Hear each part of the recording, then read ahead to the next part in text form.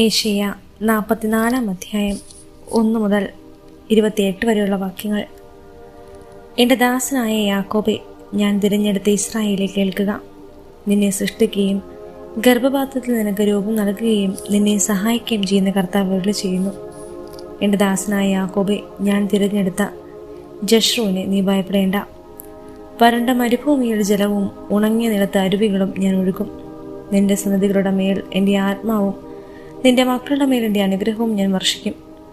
ജലത്തിൽ സസ്യങ്ങളും നദീതീരത്ത് അലരികളും പോലെ അവർ തഴച്ചു വളരും. ഞാൻ കർത്താവിൻ്റെതാണെന്ന് ഒരുവൻ പറയും, മറ്റൊരുവൻ യാക്കോബിൻ്റെ നാമം സ്വീകരിക്കും.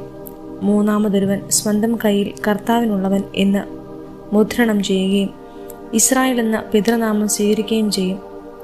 ഇസ്രായേലിൻ്റെ രാജാവും രക്ഷകനും സൈന്യങ്ങളുടെ നാഥനുമായ കർത്താവ് അരുളി ചെയ്യുന്നു, ഞാൻ ആദിയും അന്തവുമാണ്. ഞാനല്ലാതെ മറ്റൊരു ദൈവമില്ല. എനിക്ക് സമനായി ആരുണ്ട്? അങ്ങ് ദോഷിക്കുകയും പ്രഖ്യാപിക്കുകയും തെളിയിക്കുകയും ചെയ്യട്ടെ. വരാനിരിക്കുന്ന കാര്യങ്ങൾ ആദ്യം മുതൽ അറിയിച്ചതാര്? ഇനി എന്ത് സംഭവിക്കുമെന്ന് അവർ പറയട്ടെ. ഭയപ്പെടേണ്ട, ധൈര്യം അവലംബിക്കുക.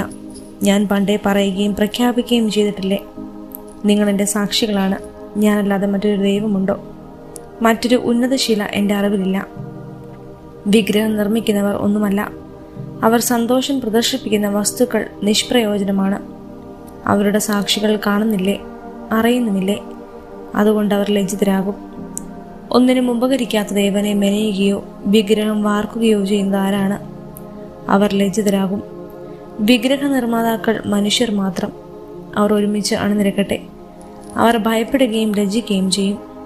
ഇരുമ്പ് പണിക്കാരൻ തീകനലിൽ വെച്ച് പഴുപ്പിച്ച് ചുറ്റികയടിച്ച് അതിന് രൂപം കൊടുക്കുന്നു. അങ്ങനെ തൻ്റെ കരബലം കൊണ്ട് അത് നിർമ്മിക്കുന്നു.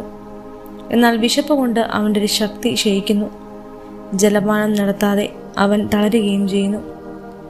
തച്ചൻ തോതു പിടിച്ച് നാരായം കൊണ്ട് അടയാളം ഇടുന്നു. അവൻ തടി ചെത്തി മിനുക്കി മട്ടം വച്ച് വരച്ച് ഭവനത്തിൽ പ്രതിഷ്ഠിക്കാൻ യോഗ്യമായ സുന്ദരമായ ആശകൾ ആൾരൂപമുണ്ടാക്കുന്നു.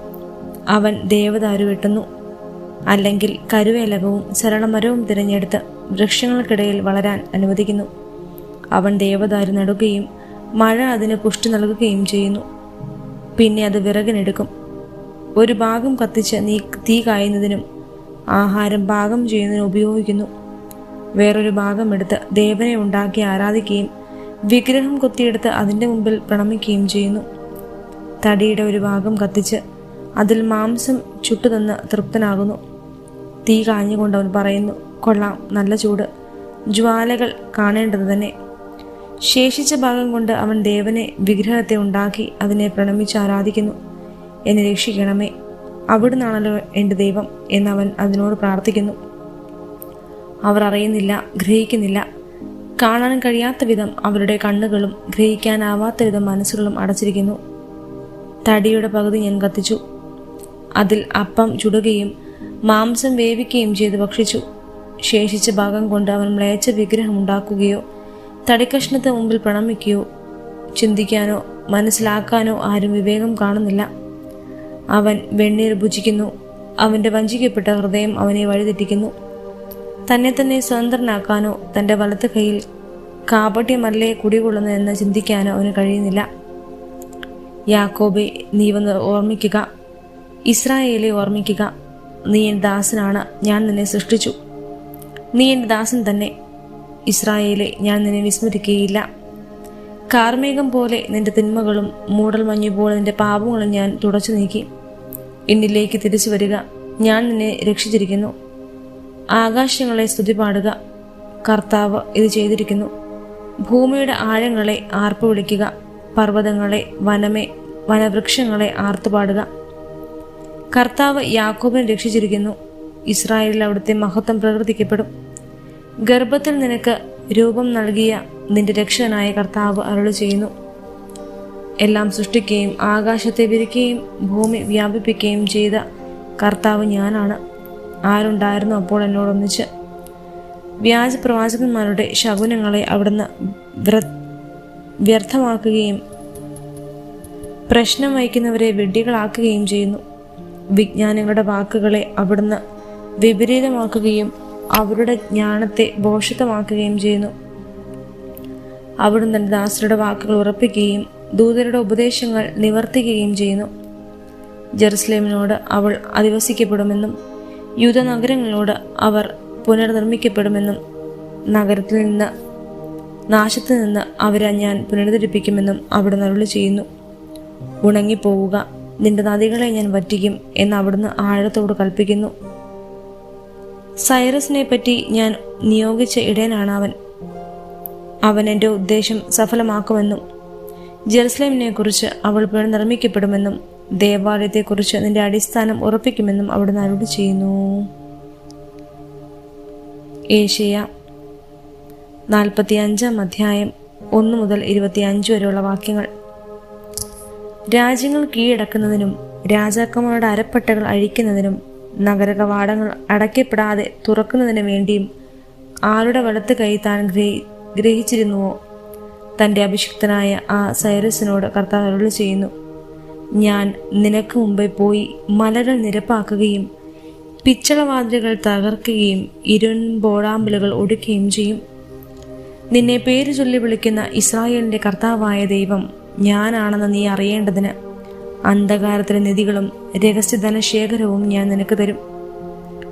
എൻ്റെ ദാസനായ യാക്കോബിനും ഞാൻ തിരഞ്ഞെടുത്ത ഇസ്രായേലിനും വേണ്ടി ഞാൻ നിന്നെ പേര് ചൊല്ലി വിളിക്കുന്നു.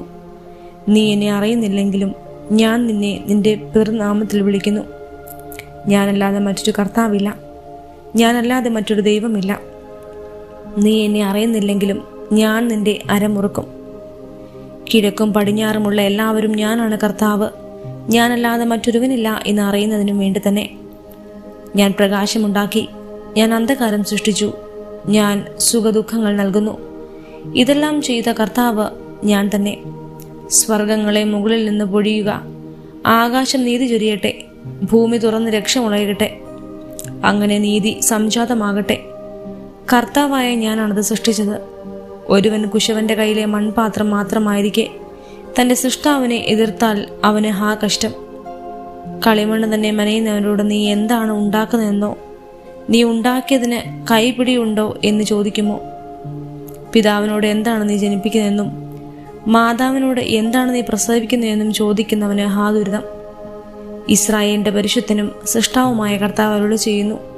എൻ്റെ മക്കളെ പറ്റിയോ എൻ്റെ സൃഷ്ടികളെ പറ്റിയോ എന്നെ ചോദ്യം ചെയ്യുമോ? ഞാൻ ഭൂമി ഉണ്ടാക്കി, അതിൽ മനുഷ്യനെ സൃഷ്ടിച്ചു. എൻ്റെ കരങ്ങളാണ് ആകാശത്തെ വിരിച്ചത്. ഞാൻ തന്നെയാണ് ആകാശ സൈന്യങ്ങളോട് ആജ്ഞാപിച്ചതും. സൈന്യങ്ങളുടെ കർത്താവ് അരുളി ചെയ്യുന്നു. നീതിയിൽ ഞാൻ ഒരുവനെ ഉയർത്തി, ഞാൻ അവൻ്റെ പാത നേരെയാക്കും. പ്രതിഫലത്തിനോ സമ്മാനത്തിനോ വേണ്ടിയല്ലാതെ അവൻ എൻ്റെ നഗരം പണിയുകയും എൻ്റെ വിപ്രവാസികളെ സ്വതന്ത്രരാക്കുകയും ചെയ്യും. കർത്താവ് അരുളി ചെയ്യുന്നു. ഈജിപ്തിൻ്റെ ധനവും എത്യോപ്യയുടെ കച്ചവടക്കാരും ദീർഘകാരുമായ സേഭാക്കാരും നിന്റേതാകും. അവർ നിന്നെ അനുഗമിക്കും. ചങ്ങലകളാൽ ബന്ധിതരായ അവർ വന്ന് നിന്നെ വണങ്ങും. ദൈവം നിന്നോടുകൂടെ മാത്രമാണ്, അവിടുന്നല്ലാതെ മറ്റൊരു ദൈവമില്ല എന്ന് പറഞ്ഞ് അവർ നിന്നോട് യാചിക്കും. ഇസ്രായേലിന്റെ ദൈവവും രക്ഷകനുമായവനെ അങ്ങ് സത്യമായി മറഞ്ഞിരിക്കുന്ന ദൈവമാണ്. അവർ ലജ്ജിച്ച് തല താഴ്ത്തും. വിഗ്രഹ നിർമ്മാതാക്കൾ പരിഭ്രാന്തരാകും. കർത്താവ് ഇസ്രായേലിന് എന്നേക്കും രക്ഷ നൽകിയിരിക്കുന്നു.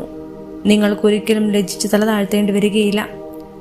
ഞാനാണ് കർത്താവ്, ഞാനല്ലാതെ മറ്റൊരുവനില്ല എന്ന് ആകാശം സൃഷ്ടിച്ച കർത്താവ് അരുളി ചെയ്യുന്നു. അവിടുന്നാണ് ദൈവം. അവിടുന്ന് ഭൂമിയെ രൂപപ്പെടുത്തി സ്ഥാപിച്ചു. വ്യർത്ഥമായിട്ടല്ല, അധിവാസയോഗ്യമായി തന്നെ അവിടുന്ന് സൃഷ്ടിച്ചു. അന്ധകാരം നിറഞ്ഞെടുത്ത് വെച്ച് രഹസ്യമായല്ല ഞാൻ സംസാരിച്ചത്. ശൂന്യതയിൽ എന്നെ തിരിയുവാൻ യാക്കോബിന്റെ സന്തതിയോട് ഞാൻ ആവശ്യപ്പെട്ടില്ല. കർത്താവായി ഞാൻ സത്യം പറയുന്നു, ഞാൻ ശരിയായത് പ്രഖ്യാപിക്കുന്നു. ജനതകളിൽ അവശേഷിപ്പിച്ചവരെ ഒരുമിച്ചുകൂടി അടുത്തു വരുവൻ. തടി കൊണ്ടുള്ള വിഗ്രഹം പേര് നടക്കുകയും രക്ഷിക്കാൻ കഴിവില്ലാത്ത ദൈവനോട് പ്രാർത്ഥിക്കുകയും ചെയ്യുന്ന അവർ അജ്ഞരാണ്. നിങ്ങളുടെ ന്യായവാദം ഉന്നയിക്കുവിൻ, അവർ കൂടി ആലോചിക്കട്ടെ. പുരാതനമായ ഈ കാര്യങ്ങൾ പണ്ട് തന്നെ നിങ്ങളോട് പറഞ്ഞത് ആരാണ്? കർത്താവായ ഞാൻ തന്നെയല്ലേ? ഞാനല്ലാതെ മറ്റൊരു ദൈവമില്ല. ഞാനല്ലാതെ നീതിമാനായ ദൈവം രക്ഷകനുമായി മറ്റാരുമില്ല. ഭൂമിയുടെ അതിർത്തികളെ എന്നിലേക്ക് തിരിഞ്ഞ് രക്ഷപ്പെടുക. ഞാനാണ് ദൈവം, ഞാനല്ലാതെ മറ്റൊരു ദൈവമില്ല. ഞാൻ ശബ്ദം ചെയ്തിരിക്കുന്നു, ഒരിക്കലും തിരിച്ചെടുക്കാത്ത നീതിയുടെ വാക്ക് എന്നിൽ നിന്ന് പുറപ്പെട്ടിരിക്കുന്നു. എല്ലാവരും എൻ്റെ മുമ്പിൽ മുട്ടുമടക്കും. എല്ലാ നാവും ശബ്ദം ചെയ്യും. നീതിയും ബലവും കർത്താവിൻ്റെ മാത്രമെന്ന് എന്നെക്കുറിച്ച് മനുഷ്യർ പറയും. അവിടുത്തെ എതിർക്കുന്നവരെല്ലാം അവിടുത്തെ മുമ്പിൽ ലജ്ജിതരാകും. ഇസ്രായേലിൻ്റെ സന്ധികൾ കർത്താവിൽ വിജയവും മഹത്വവും കൈവരിക്കും.